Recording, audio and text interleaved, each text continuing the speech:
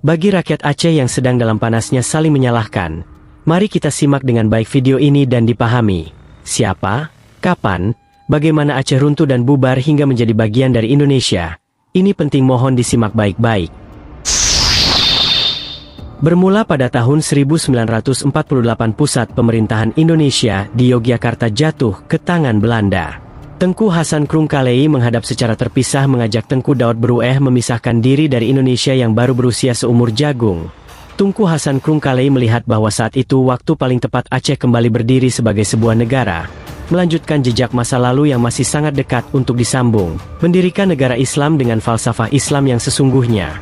Tapi Ketua Pusat Daud Berueh menolak secara tegas. Bagi Tengku Daud Berueh, Indonesia dan Pancasila sudah lebih dari cukup bila ingin mewujudkan mimpi yang dicita-citakan. Sejak proklamir kemerdekaan Indonesia pada 17 Agustus 1945, Pulau Jawa yang menjadi pusat pemerintahan Indonesia tidak benar-benar merdeka. Pemerintah Belanda berhasil kembali ke sana dengan gilang gemilang.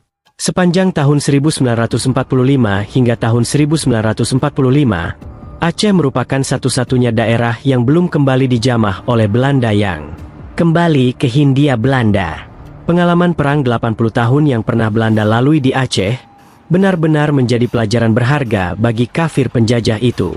Pada Juli 1946 Belanda menggelar konferensi Malino. Pertemuan itu menghasilkan pembentukan negara-negara federal yang oleh pihak pro-republik menyebutnya negara boneka, yaitu Sumatera Timur, negara Indonesia Timur, negara Madura, negara Jawa Timur, negara Pasundan, negara Sumatera Selatan dan lainnya. Kala itu, Gubernur Jenderal Dr. Hubertus J. van Mock memerintahkan wali negara Sumatera Timur mengadakan Muktamar Sumatera dengan tujuan membujuk Daud Berueh bergabung ke dalam negara federal tersebut.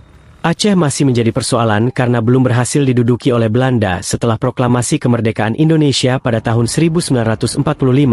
Pada 17 Maret 1949, wali negara Sumatera Timur mengirimkan surat kepada Gubernur Militer Aceh, Langkat, dan Tanah Karo Tunku Muhammad Daud Berueh. Surat wali negara Sumatera Timur dibawa oleh Daud Berueh ke dalam rapat yang digelar 20 Maret 1949. Dalam sidang Dewan Pertahanan Daerah yang dipimpin langsung Daud Berueh memutuskan beberapa hal. Undangan Tunku Mansur dengan Muktamar Sumatera dipandang sebagai babakan lanjutan dari Sandiwara Malino. Van Mock, surat Tunku Mansur tidak akan dijawab, tetapi Gubernur Militer Aceh, Langkat dan Tanah Karo akan mengeluarkan sebuah pernyataan tentang Muktamar Sumateranya Van Mock Tunku Mansur. Pertahanan daerah dalam arti seluas-luasnya akan ditingkatkan untuk sanggup menghadapi segala kemungkinan. Usaha-usaha untuk membantu perjuangan rakyat di daerah-daerah pendudukan di luar Aceh akan tambah digiatkan, baik yang berupa senjata, bahan pakaian, bahan makanan, dan sebagainya. Penyediaan devisa untuk biaya perjuangan Republik Indonesia di luar negeri akan tambah diperhebat. Aceh akan tetap menjadi bahagian tidak terpisahkan dari Republik Indonesia yang diproklamirkan oleh Soekarno-Hatta. Keputusan tersebut kemudian diumumkan melalui Radio Republik Indonesia, RRI. Melalui surat kabar Semangat Merdeka, SKH Semangat Merdeka menulis keputusan-keputusan tersebut sebagai berikut. Perasaan kedaerahan di Aceh tidak ada, sebab itu tidak bermaksud membentuk Aceh Raya sebagai Tapanuli Raya, Bengkulu Raya, Bangka Raya, dan lainnya. Karena itu di sini adalah semangat Republikan. Jauh hari sebelumnya, Daud Berueh telah membuktikan berkali-kali kecintaannya terhadap Indonesia yang masih berusia seumur jagung. Perang Medan Area yang fenomenal merupakan pertempuran antara rakyat Aceh yang turun ke gelanggang setelah rakyat dan militer Indonesia di Sumatera Utara tidak dapat mempertahankan diri dari serangan tentara Sekutu dan Nica. Divisi X Gajah Putih memegang peranan besar dalam perang tersebut.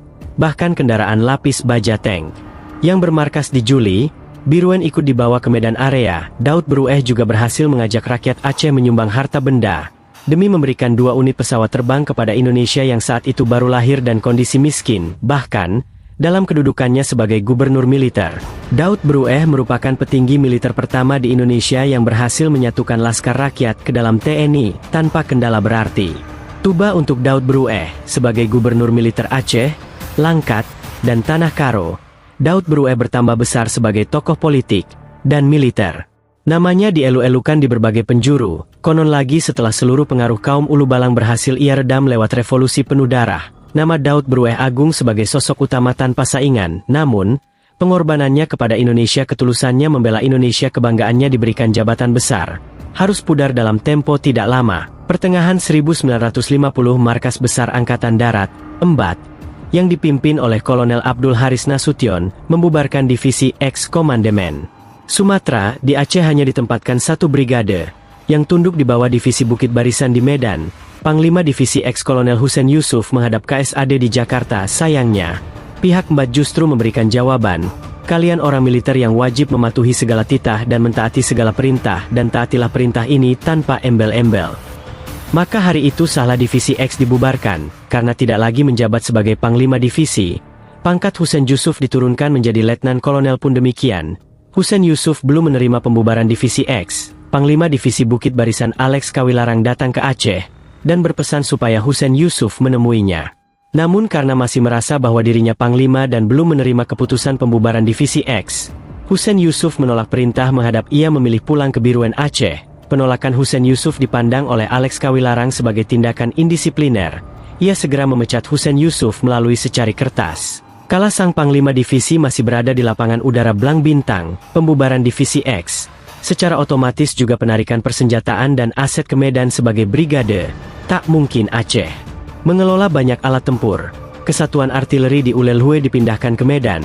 Demikian juga grup musik yang dipimpin Om Pangki Wim Tamawai. Batalion-batalion Aceh dipindahkan keluar Serambi Mekah.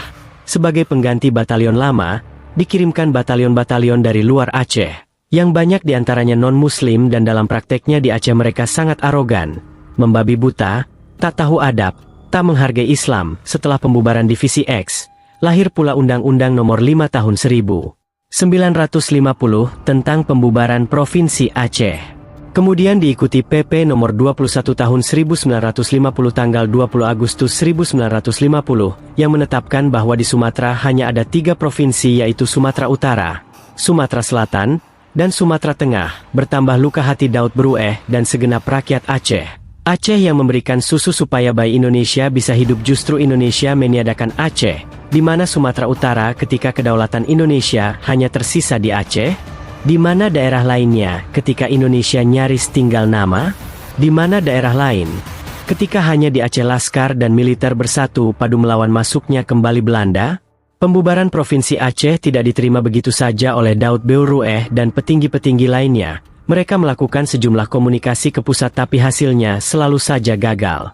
Pada 14 November 1950, secara administrasi Provinsi Aceh dibubarkan. Seluruh belanja dan gaji pegawai di Aceh hanya baru dapat diberikan setelah ada persetujuan akting Gubernur Sumatera Utara. Di tengah kegalauan rakyat dan pemimpin Aceh yang berduka karena Provinsi Aceh dibubarkan, tindakan-tindakan pejabat Sumatera Utara juga menambah sakit hati. Pejabat sipil dan militer Sumatera Utara berlagak seperti penjajah dalam bingkai negara kesatuan. Mereka menghina Aceh, mencela pemimpin Aceh, dan menghina dinakan rakyat dan pemimpinnya, para perwira militer divisi Bukit Barisan menangkapi pemimpin-pemimpin Aceh tanpa jelas kesalahannya, apa dengan alasan menjaga ketertiban. Mereka menangkap siapa saja yang dicurigai. Setelah tokoh-tokoh 45 ditangkapi, tentara Batak demikian orang Aceh menjuluki batalion-batalion baru yang ditempatkan di Aceh yang berasal dari Batalion Manaf Lubis dan Boy Kenainggolan, melakukan penggeledahan kediaman Daud Brueh. Mereka, tanpa melepas sepatu, memasuki kediaman sang pentolan tersebut, mengacak-acak seisi rumah, melemparkan peluru ke dalam halaman rumahnya, dan tindakan-tindakan lainnya. Perilaku tentara Batak yang mengacak-acak kediaman Daud Brueh menyakiti hati Daud Brueh. Perasaan tercabik-cabik, dengan alasan mencari senjata api gelap, mereka mengacak-acak melemparkan ke sana kemari perabotan rumah. Betapa perilaku tentara Batak tersebut telah mencoreng harkat dan martabat Daud Brueh sebagai ulama, sekaligus mantan gubernur militer, dan ayah yang memberikan susu kepada Indonesia, kala negara baru saja menyatakan kemerdekaan, namun bahkan belum punya satu celana dalam pun. Semoga orang Aceh setelah mendengar kisah atau sedikit sejarah ini bisa tahu, kapan, siapa dan bagaimana. Jangan sampai lagi rakyat Aceh saling menyalahkan. Tugas orang Aceh, jika ingin merdeka, cukup dengan bersatu dan teruslah berjuang. Harapan jangan ada lagi pertumpahan darah, cukup dengan musyawarah. Akhirnya Aceh akan kembali pada dasarnya.